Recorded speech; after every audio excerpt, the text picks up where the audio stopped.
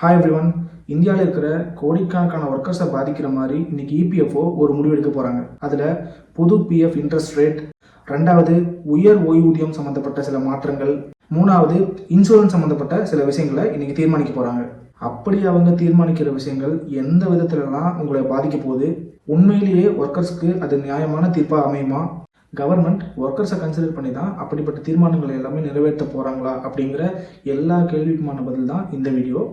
நம்ம சேனலுக்கு புதுசாக இருந்தால் சேனலை சப்ஸ்கிரைப் பண்ணி வச்சுக்கோங்க, அத்தோட பெல் பட்டனையும் கிளிக் பண்ணி வச்சுக்கோங்க. அப்போ தான் டெய்லி நான் போடுற வீடியோஸ் எல்லாம் உங்களுக்கு டைமுக்கு வந்து சேரும். இப்போது வாங்க வீடியோக்குள்ள போகலாம்.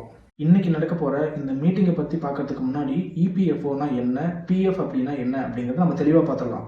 வேலைக்கு போகிற, அதாவது சேலரிடு எம்ப்ளாயிஸான ஒவ்வொருத்தருக்குமே டேக் ஹோம் சேலரி போக பிடிப்பு தொகை அப்படின்னு ஒன்று இருக்கும். அதில் பிஎஃப் அமௌண்ட், இஎஸ்ஐ அமௌண்ட் அப்படின்னு சில விஷயங்களை அடங்கும். உங்களோட சம்பளத்திலிருந்து பிடிக்கிற அந்த பிஎஃப் அப்படிங்கிற அந்த அமௌண்ட்டை யார் ஹேண்டில் பண்ணுறா அப்படின்னா இபிஎஃப்ஓ. அவங்க தான் அந்த அமௌண்ட் எல்லாம் ஹேண்டில் பண்ணுறாங்க. இன்னைக்கு, அதாவது பிப்ரவரி 28, 2025 அன்னைக்கு இபிஎஃப்ஓ சம்மந்தப்பட்ட ஒரு முக்கியமான மீட்டிங் இன்னைக்கு டெல்லியில் நடக்குது. அப்படி நடக்க போகிற மீட்டிங்கில் எதையெல்லாம் டிஸ்கஸ் பண்ண போகிறாங்க அப்படின்னா, ஃபர்ஸ்ட் 2025-26 வருஷத்துக்கான புதிய பிஎஃப்ஓட இன்ட்ரெஸ்ட் ரேட் என்ன அப்படிங்கிறத டிஸ்கஸ் பண்ண போகிறாங்க. ரெண்டாவது, சுப்ரீம் கோர்ட்டோட உத்தரவுப்படி உயர் ஓய்வூதியம் திட்டத்தை இன்னைக்கு நடைமுறைப்படுத்த போகிறாங்க. மூணாவது, தொழிலாளர்களுக்கான இன்சூரன்ஸில் சில மாற்றங்களை கொண்டு வர போகிறாங்க. இன்னைக்கு நடக்க போகிற இந்த இபிஎஃப்ஓ மீட்டிங்கில் யார் யாரெல்லாம் கலந்துக்க போகிறாங்க அப்படின்னா, இந்த CBT, central board of trustees சம்மந்தப்பட்ட 3 குழுவோட மக்கள் தான் கலந்துக்க போகிறாங்க. அதில் யார் யாரெல்லாம் அடங்குவாங்க அப்படின்னா, ஃபர்ஸ்ட் இந்த எம்ப்ளாயீஸ், அதாவது தொழிற்சங்க பிரதிநிதிகள். ரெண்டாவது முதலாளிகள், அதாவது ஒரு நிறுவனத்தோட உரிமையாளர்கள். மூணாவது மத்திய மற்றும் மாநில அரசோட அதிகாரிகள்லாம் கலந்துக்க போகிறாங்க. இப்போ 2024, 2025க்கான இன்ட்ரெஸ்ட் ரேட் என்ன அப்படிங்கிறத பார்க்கலாம். போன வருஷத்தோட இன்ட்ரெஸ்ட் ரேட் என்ன அப்படின்னா 8.25 இருந்துச்சு. கடந்து வந்த எல்லா வருஷத்தை விடவும் இப்போ இருக்கிற இந்த 8.25 அப்படிங்கிற வட்டி விகிதம் தான் மிகச்சிறந்த வட்டி விகிதம் அப்படின்னு கவர்மெண்ட் சொல்லியிருக்காங்க. இப்படி ஒரு நல்ல இன்ட்ரெஸ்ட்ல இருக்கும் போதும் ஏன் ஒர்க்கர்ஸ் இந்த இன்ட்ரெஸ்ட் ரேட்டை இன்க்ரீஸ் பண்ணி கேட்குறாங்க அப்படின்னா, அதுக்கு சில காரணங்கள் இருக்கு. அதுல முதல் காரணம் இன்ஃப்ளேஷன். உலக நாடுகள் எல்லாமே சந்திச்சுட்டு இருக்கிற ஒரு மிகப்பெரிய பிரச்சனை என்னன்னா இன்ஃப்ளேஷன். இந்தியாலையும் அதே தான் நடந்துட்டு இருக்கு. சிம்பிளா சொல்லணும்னா விலைவாசி உயர்வு. இப்போ இருக்கிற சுச்சுவேஷன்ல விலைவாசி உயர்வு அப்படிங்கிறது நாளுக்கு நாள் அதிகரிச்சுட்டே தான் போகுது. ஆனா இபிஎஃப்ஓ தீர்மானிக்கிற அந்த வட்டி விகிதம் அப்படிங்கிறது வருஷத்துக்கு ஒரு தடவை தான் மாறுது. இப்படி இருக்கிற பட்சத்துல இந்த பயனாளிகள் எல்லாமே அந்த ஒரே ஒரு முறை மாற்றக்கூடிய அந்த வட்டி விகிதத்தை மட்டுமே நம்பி இருந்தா அவங்களோட பொருளாதாரம் அப்படிங்கிறது ரொம்ப பெரிய அளவுல பாதிப்படையுது. அப்படி எல்லாருமே சந்திக்கிற அந்த பாதிப்பை முன்னெடுக்கிற வகையில தான் இன்னைக்கு அந்த இபிஎஃப்ஓவோட இன்ட்ரெஸ்ட் ரேட்டை இன்னும் கொஞ்சம் அதிகமாக இன்க்ரீஸ் பண்ண சொல்லி இன்னைக்கு நடக்க போகிற இபிஎஃப்ஓ மீட்டிங்கில் இதை ஒரு முக்கியமான பாயிண்டாக வைக்க போகிறாங்க. இப்போது ஒவ்வொரு வருஷமுமே இதுதான் ஃபிக்ஸ்டு இன்ட்ரெஸ்ட் ரேட் அப்படின்னு சொல்லி யார் இதை தீர்மானிக்கிறாங்க அப்படின்னா, சென்ட்ரல் போர்ட் ஆஃப் ட்ரஸ்டீஸ் ஒரு சஜஷன்ஸ் கொடுப்பாங்க. அதை டிக்ளேர் பண்ணுறது யாருன்னா சென்ட்ரல் கவர்மெண்ட் தான்.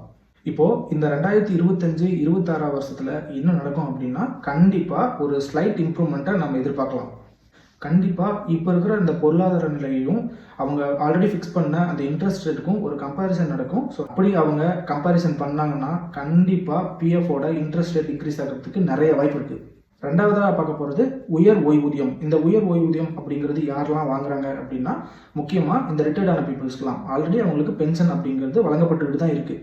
அதில் கொஞ்சம் அதிகமாக, அதாவது உயர் ஓய்வூதியம் அப்படிங்கிறதுக்கான சில மாற்றங்கள் இன்னைக்கு எடுக்க போகிறாங்க. November 2022 supreme court of India ஒரு முக்கியமான தீர்ப்பு ஒன்று வழங்கியிருக்காங்க. சுப்ரீம் கோர்ட் வழங்கப்பட்ட அந்த தீர்ப்பை பேஸ் பண்ணி தான் எம்ப்ளாயிஸோட உண்மையான சேலரி என்னவோ அதை பேஸ் பண்ணி அவங்க உயர் ஊதியம் பெற்றுக்கலாம் அப்படின்னு சொல்லி தீர்ப்பு வழங்கினாங்க. ஆனால் இப்போ பிரச்சனை என்னன்னா, இபிஎஃப்ஓ அந்த கால்குலேஷனை ப்ரோரேட்டா பேஸ் பண்ணி அவங்க கால்குலேட் பண்ணியிருக்காங்க. அதனால தான் இத்தனை பிரச்சனையும் வந்திருக்கு. ப்ரோரேட்டா பேசிஸ் அப்படின்னா என்னன்னா, ஒரு எம்ப்ளாயர்ஸ் முன்னாடி குறைஞ்ச அளவில் சம்பளம் வாங்கியிருக்காரு அப்படின்னா கொஞ்ச நாளுக்கு அப்புறம் அந்த சம்பளம் உயர்த்தப்பட்டிருக்கும். அப்படி உயர்த்தப்பட்டிருந்தா அவங்களுக்கு அந்த ஃபுல் பென்ஷனும் சேராது. இதுதான் ஆக்சுவலான பிரச்சனை. இப்படி அவங்களுக்கான முழு உயர் ஊதியமும் வழங்கப்பட மாட்டாது அப்படிங்கிறது சுப்ரீம் கோர்ட் கொடுத்த அந்த ஜட்ஜ்மெண்ட்க்கு எதிரானது அப்படின்னு தொழிற்சங்கங்கள் சொல்லிட்டு இருக்காங்க. இதை பற்றி இபிஎஃப்ஓ என்ன சொல்கிறாங்கன்னா, நாங்கள் எடுத்த அந்த மொத்த கால்குலேஷனுமே ரொம்ப சட்டப்பூர்வமானது, அட் த சேம் டைம் ரொம்ப நியாயமானதும் கூட அப்படின்னு சொல்லியிருக்காங்க. இதை பார்த்த தொழிற்சங்கங்கள் எங்களுக்கு உரிய நியாயமான ஓய்வூதியம் வழங்கப்பட வேண்டும் அப்படின்னு கோரிக்கை வச்சுருக்காங்க. ப்ரைவேட் ஆர்கனைசேஷனும் சேம் ரூலை தான் ஃபாலோ பண்ணணும் அப்படின்னு சொல்லி சுப்ரீம் கோர்ட் ஸ்ட்ரிக்டாக ஆர்டர் போட்டிருக்காங்க. இப்போது அந்த பென்ஷன் அப்ளிகேஷனோட கரண்ட் ஸ்டேட்டஸ் என்ன அப்படின்னா, இபிஎஃப்ஓ உயர் ஊதியம் வழங்கப்பட வேண்டிய 70% பேருக்கு இந்த ப்ராசஸை கம்ப்ளீட் பண்ணியிருக்காங்க. வர மார்ச் 31, 2025 பெண்டிங் இருக்கிற எல்லா அப்ளிகேஷன்ஸையுமே ப்ராசஸ் பண்ணப்படும் அப்படின்னு தெரிவிச்சிருக்காங்க. அடுத்தது என்ன பார்க்க போகிறோம்னா, இந்த இபிஎஃப்ஓவில் இன்சூரன்ஸில் என்னென்ன மாதிரியான திட்டங்கள்லாம் கொண்டு வர போகிறாங்க அப்படின்னு பார்க்கலாம். ஷார்ட்டாக சொல்லணும்னா இடிஎல்ஐ ஸ்கீம். இடிஎல்ஐனா என்னன்னா, எம்ப்ளாயீஸ் டெபாசிட் லிங்க்டு இன்சூரன்ஸ். இந்த ஸ்கீம் பிஎஃப் அமௌண்ட்டை யார் யாரெல்லாம் வாங்குறாங்களோ அவங்க எல்லாருமே இந்த ஸ்கீமில் வந்துடுவாங்க. சிம்பிளாக சொல்லணும்னா, எதிர்பாராத விதமாக அந்த ஒர்க்கர் இறந்துட்டாங்க அப்படின்னா அவங்களோட குடும்பத்துக்கு நிதி வழங்கப்படும். அதை சொல்கிறது தான் இந்த இடிஎல்ஐ ஸ்கீம். இப்போ அதில் என்ன பிரச்சனை அப்படின்னா, இப்போ அந்த எம்ப்ளாயர்ஸ் அந்த ஸ்கீமுக்கு உள்ளே வந்ததுக்கப்புறம் 1 இல்லைனா 6 மாதத்துக்குள்ளே தான் இருக்குது அப்படின்னா அவருக்கு குறைஞ்சபட்ச இன்சூரன்ஸ் மட்டும்தான் அவங்களுக்கு வழங்கப்படும். இல்லைனா எந்த ஒரு பயனுமே இல்லை. அப்படிங்கிறது தான் இப்போ இருக்கக்கூடிய பிரச்சனை. இந்த ஸ்கீமில் இருக்கிற புதிய கோரிக்கைகள்லாம் என்ன அப்படின்னா, ஃபர்ஸ்ட் அந்த ஒர்க்கர் 1 மாதத்துக்குள்ளார இறந்தாலும் சரி குறைஞ்சபட்ச இன்சூரன்ஸ் அமௌண்ட்டான 50,000 ஆச்சு அவங்க குடும்பத்துக்கு வழங்கப்பட வேண்டும். ரெண்டாவது, ஃபர்ஸ்ட் 6 மாதத்துக்குள்ளார அவர் இறந்துட்டாரு அப்படின்னா அதிகபட்ச அந்த இன்சூரன்ஸ் அமௌண்ட் அப்படிங்கிறது அவங்க ஃபேமிலிக்கு வழங்கப்படணும். மூணாவது கோரிக்கை, அந்த 1 இயர் வெயிட்டிங் பீரியட் அப்படிங்கிறத முழுசாக நீக்கப்படணும். இந்த 3 முக்கியமான கோரிக்கைகளை தான் இடிஎல்ஐக்கு கீழே வச்சுருக்காங்க. அவங்க வச்ச அந்த 3 முக்கியமான கோரிக்கைகளும் ஏன் இம்பார்ட்டன்ட் அப்படின்னா, ஃபர்ஸ்ட் நிறைய யங் ஒர்க்கர்ஸ், அதாவது இந்த கன்ஸ்ட்ரக்ஷனில் வேலை பார்க்குற ஒர்க்கர்ஸ் ஆகட்டும், இல்லை மேனுஃபேக்சரிங் யூனிட்டில் ஒர்க் பண்ணுற ஒர்க்கர்ஸ் ஆகட்டும், இல்லை இந்த ரோட் சைடில் ஒர்க் பண்ணுற ஒர்க்கர்ஸ் ஆகட்டும், இவங்க யாராக இருந்தாலும் இந்த கொஞ்ச நாள்லேயே, அதாவது அவங்களோட யங் ஏஜ்லேயே அவங்களோட உயிர் போகுது அப்படின்னா அவங்களோட ஃபேமிலிக்கான காம்பன்சேஷன் அமௌண்ட் அப்படிங்கிறத கரெக்டான டைமில் வழங்கப்பட வேண்டும். அப்படி வழங்குறதுனால அவங்களோட குடும்பங்களும் கொஞ்சம் நலன் பெறும். இதிலிருந்து நம்ம என்ன தெரிஞ்சுக்கிறோம் அப்படின்னா, இன்னைக்கு நடக்க போகிற அந்த இபிஎஃப்ஓ மீட்டிங்லேருந்து 3 முக்கியமான செக்மெண்ட்டில் நம்ம சேஞ்சஸை கண்டிப்பாக எதிர்பார்க்கலாம். ஃபர்ஸ்ட், அந்த பிஎஃப் இன்ட்ரெஸ்ட் ரேட் அப்படிங்கிறது அந்த சென்ட்ரல் போர்ட் ஆஃப் ட்ரஸ்டீஸோட ரெக்கமெண்டேஷனுக்கு ஏற்ற மாதிரி கண்டிப்பாக ஒரு சேஞ்சஸை நம்ம பார்க்கலாம். ரெண்டாவது, ரிட்டையர்டு பீப்புள்ஸ்க்கான அந்த உயர் ஓய்வூதியம் அப்படிங்கிறத அந்த வெறும் ப்ரோரேட்டா டேட்டாவை மட்டும் வச்சு கால்குலேட் பண்ணாமல் உண்மையிலேயே அவங்களோட சேலரி என்ன அப்படிங்கிறத வச்சு கால்குலேட் பண்ணி அவங்களுக்கு வழங்கப்படணும்.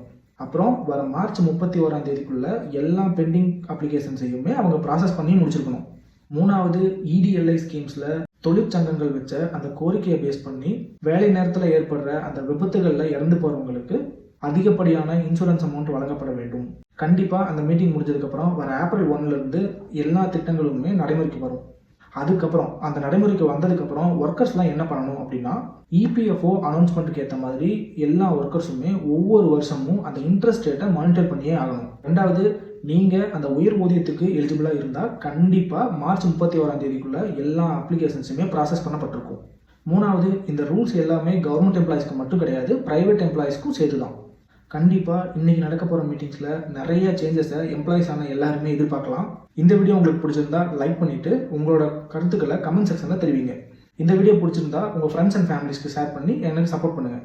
இன்னொரு தரமான வீடியோவில் நாளைக்கு உங்களெல்லாம் சந்திக்கிறேன். அது வரைக்கும் stay tune and thanks for வாட்சிங்.